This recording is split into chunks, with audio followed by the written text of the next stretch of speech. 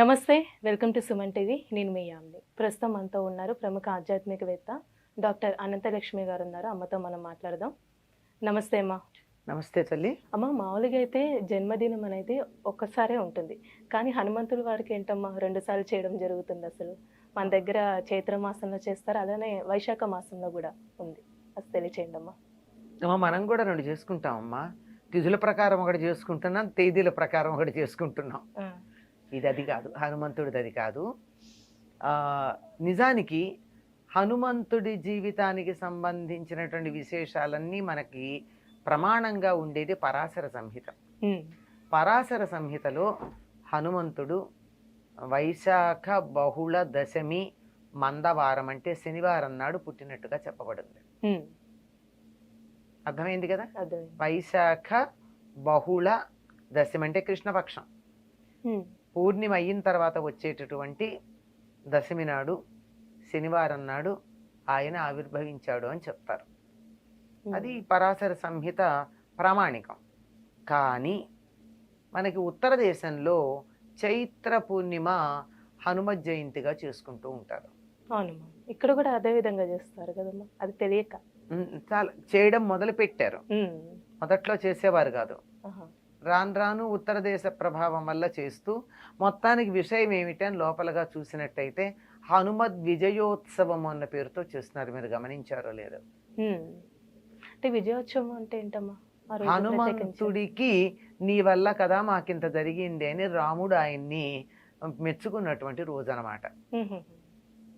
చైత్రమాసంలో తిరిగి వచ్చిన తర్వాత నవమి నాడు ఈయనకి పట్టాభిషేకం ముహూర్తం పెడితే ఆ రోజు కదా పట్టభంగమయ్యి అరణ్యవాసానికి వెళ్ళాడు. మళ్ళీ వచ్చేటప్పటికి ఆ రోజుకు తిరిగి రాకపోతే నేను ప్రాయోపవేశం చేస్తానంటే హుటాహుటిన బయలుదేరి రాముడు వచ్చాడు. నవమి కల్లా తిరిగి వచ్చాక పట్టాభిషేకం ఆ తర్వాత చేయడం జరిగింది. ఈ పట్టాభిషేకం అయిన తర్వాత ఒక్కొక్కళ్ళని రాముడు సన్మానించటం మొదలుపెట్టాడు. అలా సన్మానించిన దాంట్లో చిట్ట చివరికి అందరికన్నా నీకు ఎవరు ఇష్టమైనటువంటి వాళ్ళు చెప్పు, వాళ్ళకి ఇవ్వు హారం అని చెప్పి రాముడు ఒక ముత్యాల దండనిస్తే సీతాదేవి ఒక్కసారి ఆలోచించి హనుమకి ఇచ్చింది.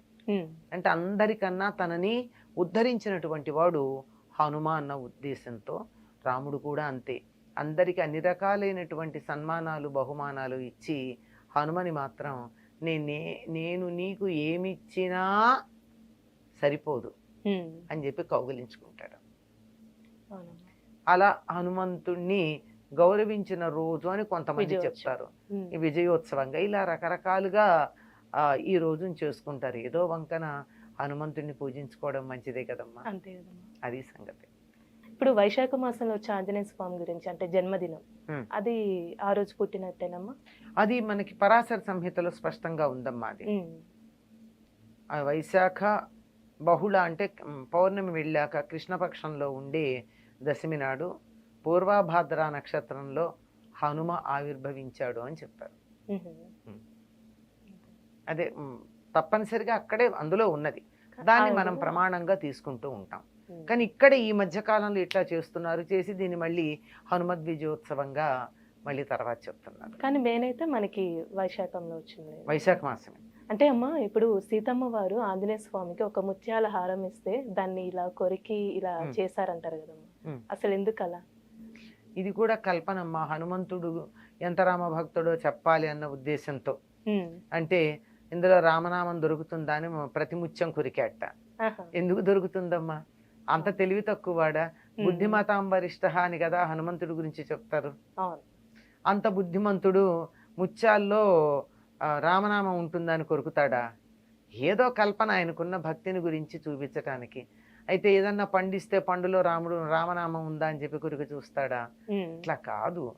ఆయనకి హనుమంతుడికి వీటన్నిటికన్నా కూడా ముత్యాలు రత్నాలు మొదలైనటువంటి వాటికన్నా కూడా రాముడంటే ఇష్టం, రాముడిని అన్వేషిస్తూ ఉంటాడు అన్న భావన తెలియచెప్పడానికే తప్ప వేరే కాదమ్మా. అంతే, ఇది కల్పన. హనుమంతుడికి ఉన్న భక్తికి సంబంధించి ఎన్నో కల్పనలు ఉన్నాయి. ఇలా గుండె చీలిస్తే అక్కడ రాముల సీతారామ వారు, లక్ష్మణులు సీతారాముల ఉన్నట్టు. వారు. ఎందుకు ఆయన చీల్చుకుని చూపించాలా? చీల్చుకుని చూపిస్తే బొమ్మ మనకు కనపడుతుందా? ఆయనకు కనపడుతుంది తాను లోపు చూపులో గనక చూసినట్టయితే. అంతే. ఇట్లాంటివి భక్తిని కొద్దిగా అలా సింబాలిక్ గా చూపించడానికి చెప్పేటటువంటి కథలు. అమ్మ, ఇప్పుడు హనుమంతుడు వారు పుట్టగానే సూర్యుని దగ్గరికి వెళ్ళి అది పండు అనుకొని అలా వెళ్ళారంటమ్మా. అసలు ఎందుకంటారు అలా? అది హనుమంతుడి యొక్క శక్తిని నిరూపించేటటువంటి, తెలియజెప్పేటటువంటి ఇతివృత్తం అమ్మ. పుట్టంగానే అలా ఆకలేసిందట. ఎదురుగా ఉదయిస్తున్న సూర్యుడు కనపడ్డాడు. కనపడంగానే ఆ పండు తిందాం అనుకుని బయలుదేరాడు. తీరా అక్కడికి వెళ్తూ ఉంటే ఆ రోజు పుట్టంగానే కదా, పుట్టిన తర్వాత అలా బయలుదేరి వెడితే ఈయన దశమి నాడు పుట్టాడు. 3 రోజులైంది. అమావాస్య నాడు పండు తినడానికి వెళ్ళాడు. వాళ్ళమ్మ కాస్త బయటికి వెళ్ళిందో ఏమో పండు తేవడం. వెళ్ళేటప్పటికీ ఆ రోజు అమావాస్య, సూర్యగ్రహణం. అక్కడ రాహు ఉన్నాడు. ఉండి వెంటనే ఇంద్రుడి మీద కోపం వచ్చింది తనకి. నాకు నువ్వు ప్రతి గ్రహణం ఉన్న సమయంలో నాకు ఆహారంగా ఇచ్చావు కదా సూర్యుడిని, మళ్ళీ ఇంకెవరికి ఇచ్చావు నువ్వు అని ఇంద్రుడితో దెబ్బలాడ్డానికి వెళ్ళాడు రాహు. అలా వెళ్ళంగానే వెంటనే ఇంద్రుడు బయలుదేరి వచ్చాడు. ఇదేమిటి, వీడెవడు రాహుని అడ్డుకున్నాడు అని. హనుమంతుడు అప్పుడు అక్కడి నుంచి వీడి మీదకి వచ్చేసాడు, ఇంద్రుడి మీదకి వచ్చాడు. ఇంద్రుడి మీదకి కాదు, ఇంద్రుడు ఎక్కిన ఐరావతం మీదకి వచ్చాడు. అంత దూరం పోయి పండు తినడం కన్నా సూర్యుడి కన్నా రాహు బాగున్నాడు. రాహు కన్నా ఐరావతం ఇంకా బాగుంది, దగ్గరగా ఉంది. ఇది ఐరావతాన్ని తిందామని వెళ్ళేటప్పటికి ఇంద్రుడికి కోపం వచ్చి వజ్రాయుధం వేశాడు. ఆ వజ్రాయుధానికి ఈయన దవడ పేలిపోయి మూర్ఛపోయాడు. అంత బలం కలిగినటువంటి వాడు మూర్ఛపోయేటప్పటికి తన కొడుక్కి ఇంత కష్టం కలిగిందని వాయుదేవుడు తన కొడుకుని తీసుకుని ఒక గుహలో బంధించి కూర్చున్నాడు. వాయువు లేకపోయేటప్పటికి అందరికీ కీళ్లు పనిచేయడం మానేశాయి. అందరూ వచ్చి ప్రార్థిస్తే బ్రహ్మగారు వచ్చి ప్రార్థించిన తర్వాత వాయుదేవుడు తన కోపాన్ని తగ్గించుకున్నాడు. బ్రహ్మ అందరికీ చెప్పాడు, మీరందరూ వరాలు ఇవ్వండి ఈ బిడ్డకని. బ్రహ్మగారేమో అతనికి బ్రహ్మాస్త్రం అతడి మీద పనిచేయదు అని, అతనికి చిరంజీవిత్వం ఉంటుందని ఇచ్చాడు. అందరూ ఆయుధాలు ఇచ్చారండి, ఆయుధాలు ఇచ్చారు, వరాలు ఇచ్చారు. అందువల్ల అతనికి సుఖమే కలిగింది. అంత బలం కలిగిన వాడు.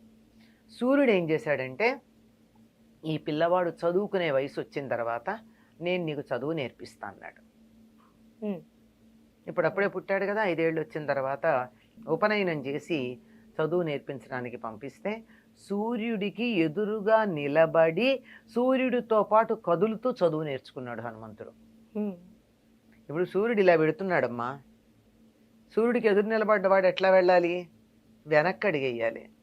సూర్యుడంత వేగంగా వెనక్కి నడుస్తూ కదలకుండా 24 గంటలు చదువు నేర్చుకున్నాడు హనుమంతుడు.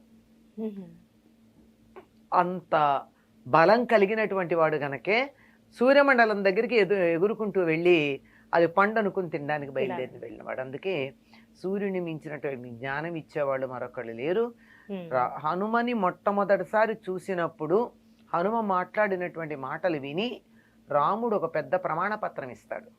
ఇలాగ మాట్లాడే మాట యొక్క లక్షణాన్ని బట్టి అంత గొప్ప చదువు నేర్చుకున్నాడంటే సూర్యుడి వల్ల. చాలా చక్కగా తెలియజేశారమ్మా, ధన్యవాదాలు.